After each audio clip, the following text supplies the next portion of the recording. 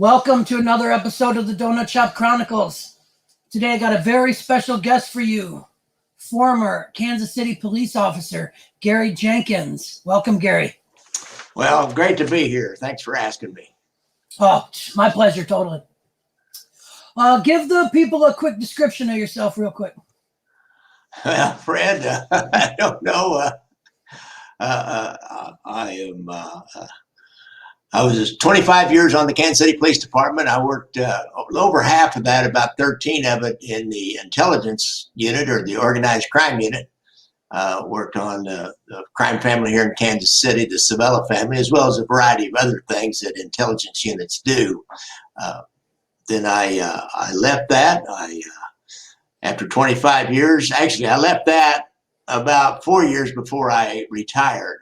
We had a little political problem with the commander, and he wanted his man in as his new sergeant. And so I found myself riding a district car on dog watch. At least I was a sergeant, but I was out there working midnight to 8 for about the next year. And then I transferred in to be the desk sergeant, and I ended up my last couple years as I guess you would call it, in a community policing kind of an operation. I monitored and oversaw a program called Weed and Seed. And then after 25 years, I left.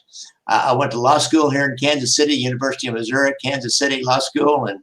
And in 2000, I was admitted to the bar in Missouri, and I've been practicing law ever since, for the most part, although the last couple of years I'm cutting way back. I'm not doing very much law. I started this podcast, Gangland Wire, 5 years ago, kind of started out telling my own experiences working on the Sabellas and that particular crime family. I then kind of morphed into, my experiences only ran about 5 episodes. I had a couple more episodes I did later on, one about working on the Ku Klux Klan, and big operation we did on them here. But then I started researching other mobsters and other crime families, and just started down that path as a true crime podcast that was that really focused on the mob in the entire United States. And so now, 5 years later, I'm still doing it, man. And I produced 4 documentary movies. 2 of them were Civil War subjects in some the Underground Railroad, for example, here in the Kansas City, Missouri, and Kansas area. And the other 2 were, one was Gangland Wire. The first one I did in 2013. That was really the story behind the movie Casino. It was about how here in Kansas City, we first put the hidden microphone in a joint called the Villa Capri. Now, in the movie Casino, they make it look like that little hidden microphone was in a corner store, but it was really in I think in a wall or underneath a table at a little pizza joint called the Villa Capri. And at that microphone, they're trying to hear him talking about murder plans to murder some rival mobsters.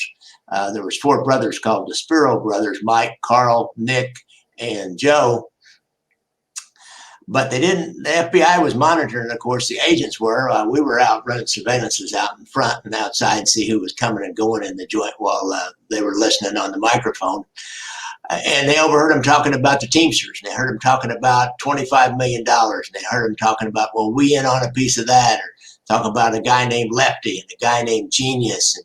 And finally, the underboss, Tuffy DeLuna, who I think is a character depicted in the movie Casino, being overheard and complaining about having to go out to Las Vegas and talking about keeping records, which he did, by the way. That's based in fact.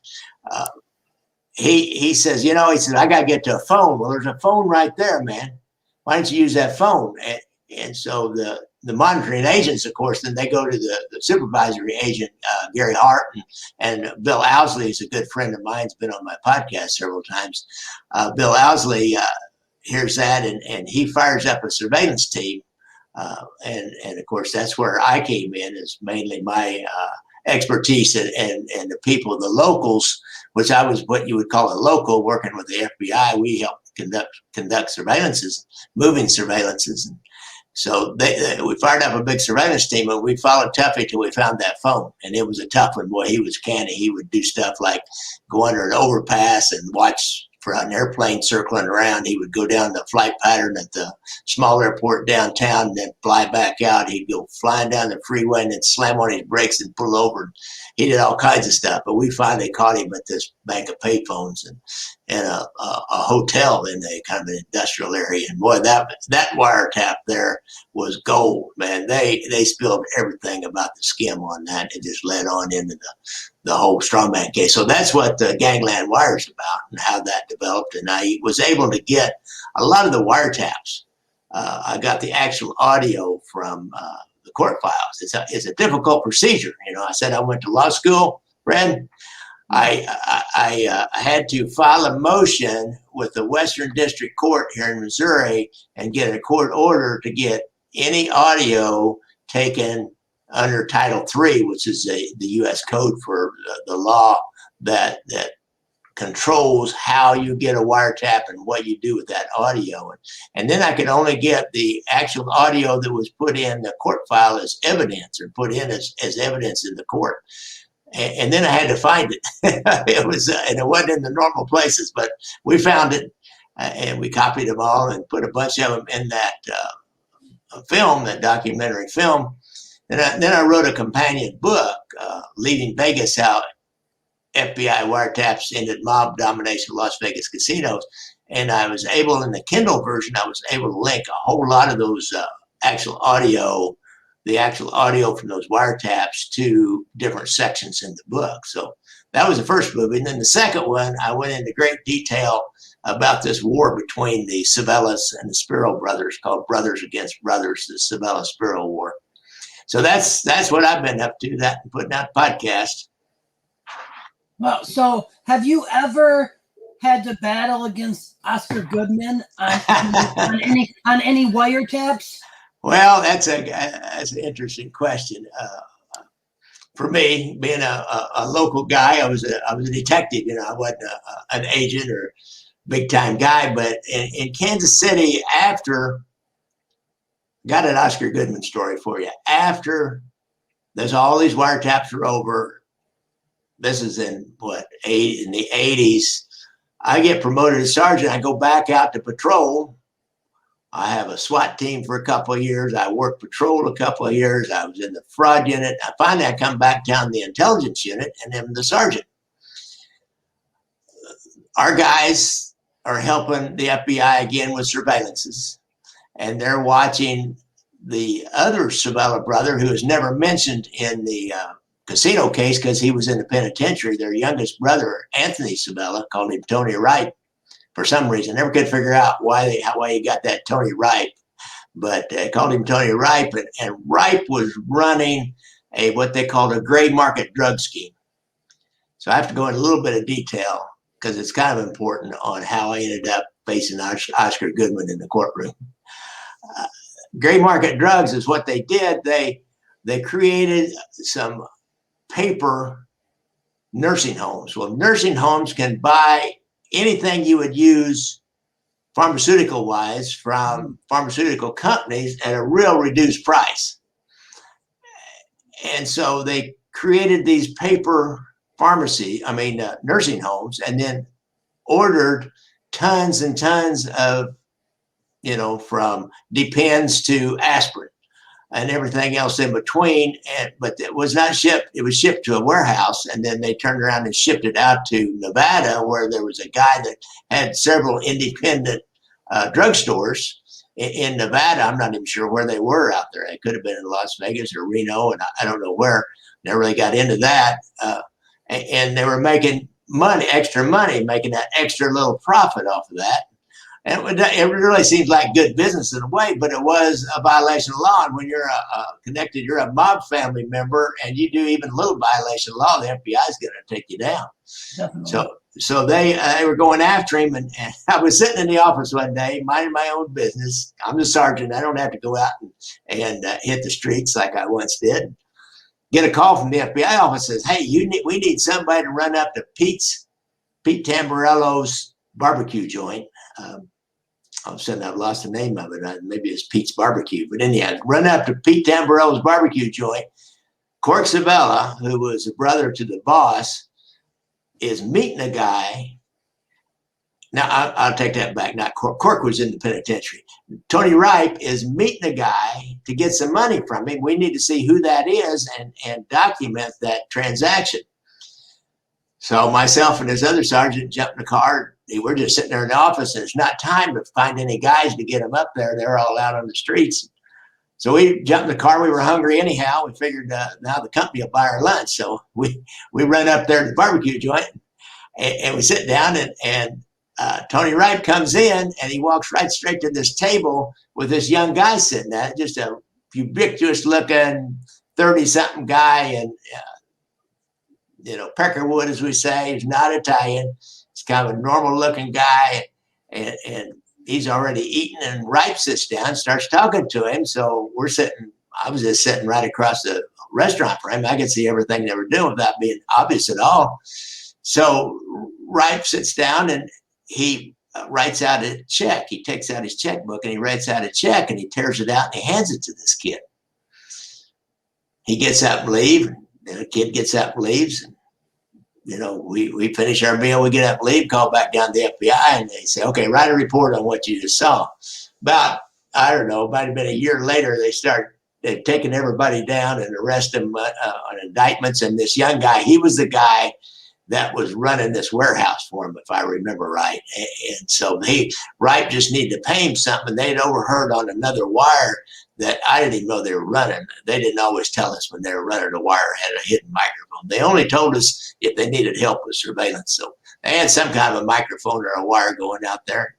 And they knew that Ripe was going over there to do something with this kid and something to do with money. And so they get a hold of me and say, okay, we need you to testify as to what you saw that day. And I said, oh, man, I didn't see anything, but they call me in. It's kind of interesting. The U.S. attorney, how they prep you, get ready to go, they just browbeat the heck out of me. I mean, they tried to trip me up every which way. So I'm ready. I mean, it's a simple story. It's pretty easy to tell. I got a call from the FBI. They said, go over and watch for Tony Ripe to come in, see what he does. Go over there. He came in. I watched him do something that appeared like he was writing out something on a piece of paper. He ripped it out like it was a check, and he handed it to this guy. Of course, they had that check by then. That somebody got into that kid's bank account or Ripe's bank account, and or the whatever company he had set up, and had a copy of that check dated that day, so they had the backup on it. And Ripe had Oscar Goodman as his lawyer. And I was thinking, oh my God, the famous Oscar Goodman, he is going to rip me apart.